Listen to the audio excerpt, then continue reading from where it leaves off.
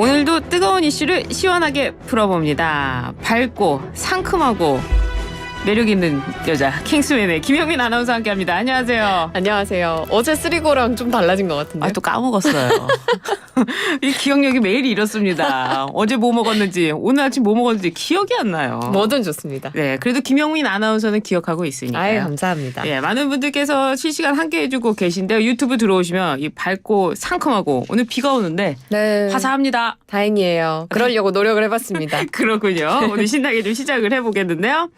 윤 대통령과 이재명 대표의 실무회동, 첫 실무회동이 열렸다고 하는데 분위기가 어떤지 한번 살펴봐야 되겠죠? 네, 두 사람의 영수회담 준비를 위한 실무회동이 이제 열렸는데요. 네. 회동이 어제 오후 2시쯤부터 약 40분 가량 열렸고요. 예. 날짜나 의제, 형식 등이 논의됐습니다. 대통령실에서는 홍철호 신임 정무수석과 차순호 정무비서관이, 또 민주당에선 천준호 비서실장과 권혁기 정무기획실장이 참석했습니다. 그렇군요. 이 실무 협상인데 어떤 이야기들이 나왔습니까? 일단 회담의 날짜, 형식, 또 네. 구체적인 의제와 같은 디테일들은 확정이 안 됐습니다. 그래요. 하지만 권혁기 민주당 대표실 정무기획실장은 시급한 민생 문제를 해결할 정책 등을 가감 없이 의제로 삼자고 논의했다라고만 밝혔는데요. 네.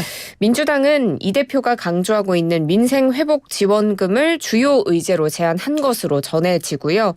또 야권이 추진한 각종 법안에 윤 대통령이 제2요구권, 거부권을 행사해온 데 대한 사과와 해병대 최상병 사망 사건의 외압 의혹에 관한 특검법 수용하라라고 요구한 것으로 알려졌습니다. 예. 그런데 이런 민주당의 요구를 대통령실이 얼마나 수용할지 여부는 지켜봐야 되겠습니다. 그래야 되겠네요. 그리고 벌써 2차 준비회동도 이루어질 예정이라고 하는데요. 회담 준비가 좀 길어지는 모양새입니다. 네, 맞습니다.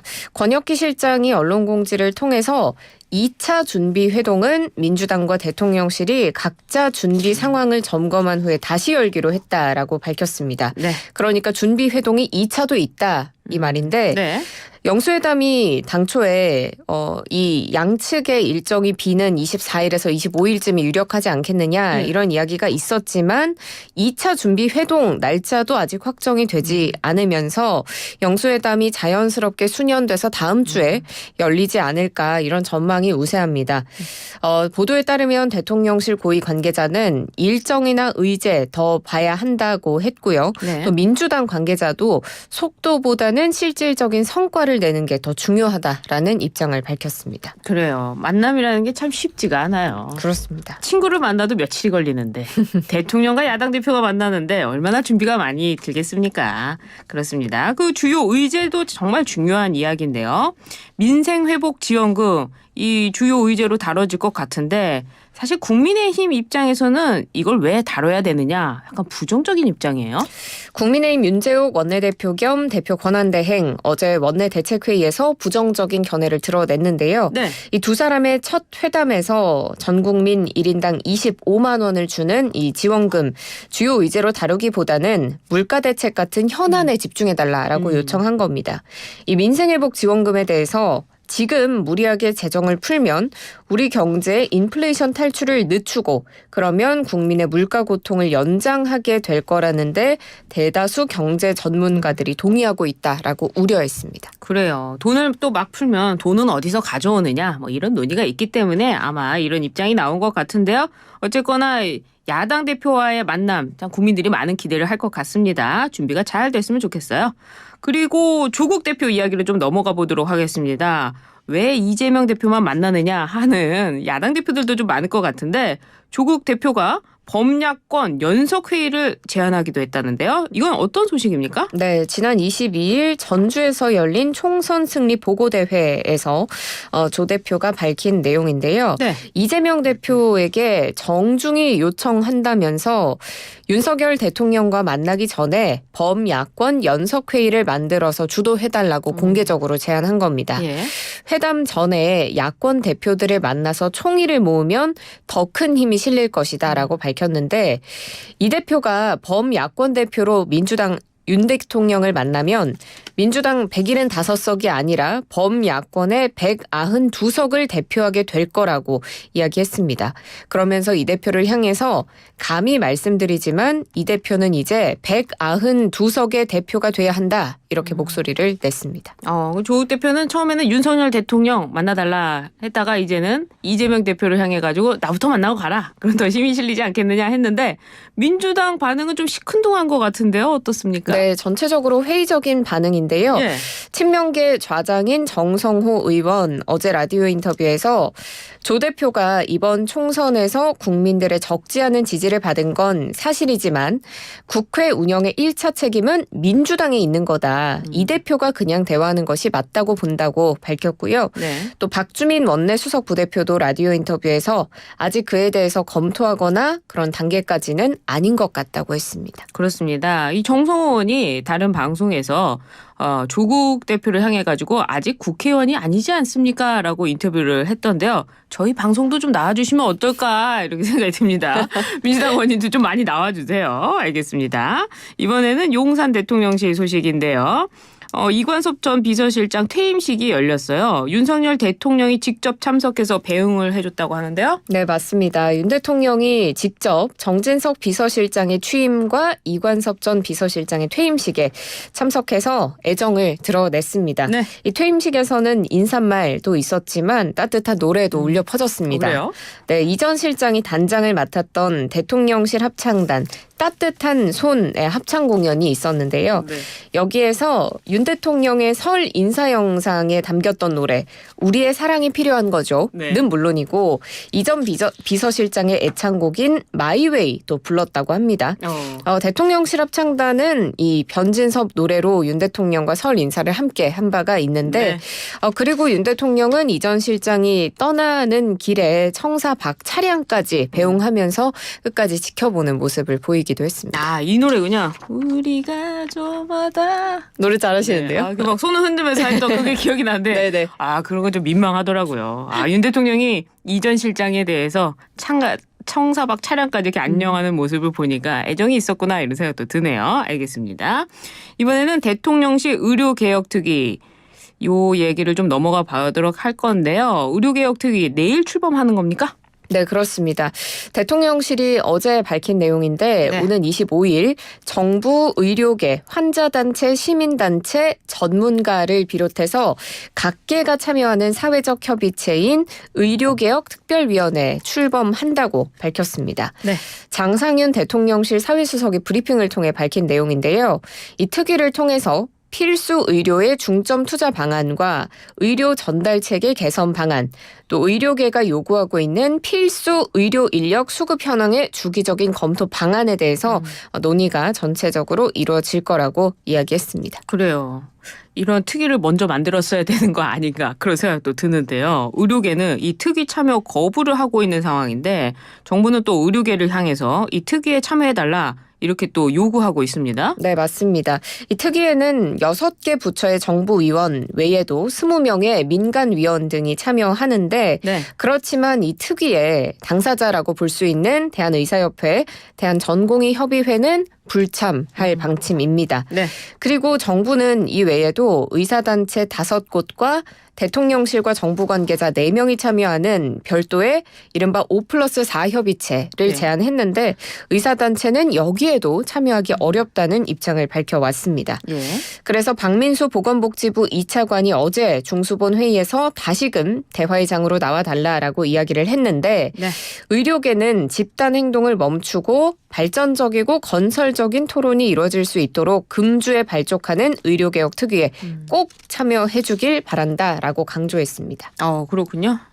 닭이 먼저냐 달걀이 먼저냐 대화가 먼저였느냐 협의체가 먼저였느냐 어쨌거나 지금 이런 상황에서는 저기 보면 의사분들이 뭐 참여를 안 한다 이런 얘기만 나오는데 좀 참여해야 되지 않나 이런 생각도 들어요. 예.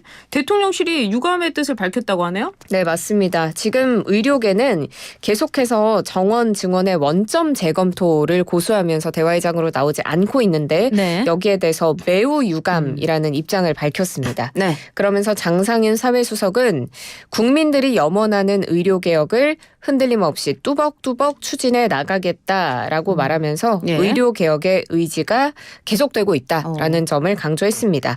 그래서 의료계를 향해서 특위 출범 전까지 전향적인 입장 변화를 기대하면서 언제라도 이 증원 규모에 대해서 합리적, 과학적 근거를 갖춘 통일된 대안을 제시하면 논의의 장은 열려 있다고 다시금 이야기했습니다. 그렇군요.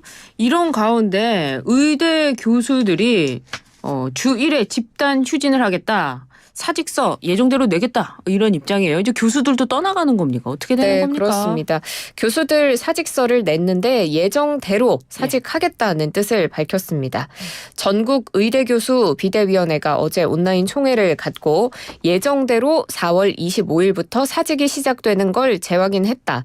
그런데 앞서서 정부는 이 사직 수리가 예정된 사례는 없다라고 한 바가 있는데 네. 의대 교수들은 정부의 사직 수리 정책과는 관계없이 이 사직을 진행하겠다는 입장입니다. 그리고 교수들은 지금 다음 주에 하루 휴진하기로도 이야기를 했는데 네. 지금 장기간 비상의료 상황에서 교수들이 정신적, 신체적으로 한계를 겪고 있기 때문에 네. 진료와 수술을 재조정하는 것이 불가피하고 그래서 5월 3일부터 주 1회 휴진할 예정이라고 밝혔습니다.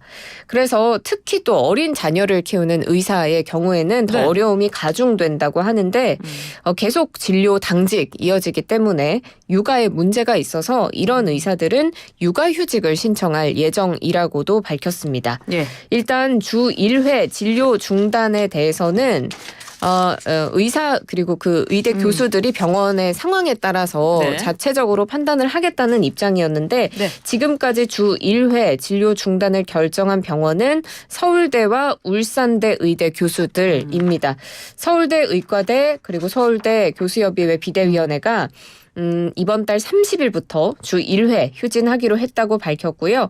울산대 의과대학 소속 교수들도 오는 25일부터 사직을 이어가면서 다음 달 3일부터 주 1회 휴진하겠다는 방침을 밝혔습니다. 그래요. 의대 정원, 의대 정원을 좀 늘리겠다. 이런 게 이렇게까지 해야 되는 일인가? 뭐 이런 생각도 하실 것 같은데 사실 저도 변호사잖아요. 네. 저도 그 정원을 늘렸을 때 이거 시장 큰일 났다 이렇게 생각을 했었거든요. 많이 늘어나기도 했죠. 많이 늘어났는데 근데 이렇게 반대를 할 수가 없었는데 의사분들은 환자를 치료하지 않습니까? 그러니까 굉장히 국민들 입장에서는 큰 타격으로 다가오는 것이죠.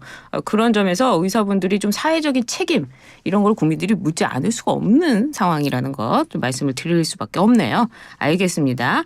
이번에는 윤석열 대통령 소식인데요. 윤석열 대통령의 장모 최모 씨에 대한 가석방 심사 결과가 어제 발표가 됐는데요. 가석방 됐습니까? 안 됐습니까? 결과가 심사 보류로 났습니다. 네. 어제 윤석열 대통령의 장모 최 씨에 대해서 법무부가 가석방 심사 보류 판정을 내렸는데 네. 어제 오후 2시부터 2시간가량 심사위가 열렸지만 보류하기로 했습니다. 최 씨가 지난 2013년에 경기 성남시 도촌동 땅을 매입하는 과정에서 은행에 약 350억 원을 예치한 것처럼 통장 잔고 증명서를 위조한 혐의를 받고 있는데요. 네. 1심과 항소심에서 징역 1년 선고받고 법정 구속돼서 복역 중입니다. 가석방 심사 기준인 70%를 이미 채웠는데 최 씨의 형기는 3개월 뒤인 오는 7월 20일에 만료될 예정입니다. 그렇군요. 법무부가 이번 심사 보류 이유에 대해서 설명이 있었습니까? 따로 설명하지는 않았습니다. 네. 일각에서는 최 씨에 대한 가석방이 허용되면 오히려 부정적 여론이 커져서 윤석열 대통령의 정치적 부담이 가중되지 않을까. 그래서 이를 고려해서 보류 결정을 내린 게 아니냐라는 판단인데요. 실제로 최 씨는 동부구치소를 통해서 가석방 심사위 측의 의견을 전달했는데 정쟁의 대상이 돼서 국민들이 우려하는 것을 원치 않는다고 전달했다고 합니다. 그렇군요. 오늘 쭉 소식을 달려봤는데요. 유튜브 실시간 댓글에 왜 400명밖에 안 들어오냐? 이게 뭐냐? 뭐 이런 댓글 남겨주시는데요. 많은 분들한테 좀 구독 버튼 눌러달라고 해주시고요. 또 지금 보니까 댓글에 많이 좋아졌다. 그리고 구독자님 뉴스키 한 분씩 추천해서 배변이 힘 더 내게 해주세요. 이런 댓글도 많이 남겨주세요. 킹스맨 인기가 높아지고 있습니다. 아침부터 많은 분들이 들어와주고 계시네요. 구독 안 하셨어요? 했죠. 너무 당연히 저는 몇 년째 하고 있는데. 몇 년째 하고 있군요. 그렇죠. 더 늘려주시고 실시간도 많이 참여해 주시고요. 그리고 지금 청취율 조사 기간 아닙니까? 기간입니까? 네, 맞습니다. 라디오 청취율 조사 기간인데 이 기간에는 02로 걸려오는 전화가 있으면 꼭 받아주세요. 그래서 네. 라디오 청취율 조사 중입니다. 어떤 라디오 듣고 계신가요? 하면 네. 이제 뉴스킹 잘 듣고 있다라고 이야기를 꼭 해주시면 저희에게 많은 도움이 되고요. 그래서 이 기간에 저희가 감사의 의미를 담아서 네. 커피 쿠폰 이벤트도 진행을 하고 있는데 네. 저희에게 문자 보내실 수 있습니다. 샵 0945번으로 50원의 유료 문자인데 응원 문자나 아니면 잘 듣고 있다는 청취 인증 문자 많이 보내주시면 저희가 추첨을 통해서 커피 쿠폰 보내드리고 이 조사 기간이 끝난 후에 일괄적으로 네. 보내드린다는 점 기억해 오. 주시면 감사하겠습니다. 역시 아나운서가 달라요. 제가 이벤트를 몇 번 했겠습니까? 아, 그렇군요. 아주 많이 했습니다. 우리 고정적으로 잘리지 않고 계속해야 될 것 툭 같아요. 치면 나옵니다. 알겠습니다. 지금까지 김영민 아나운서와 함께했습니다. 감사합니다. 고맙습니다.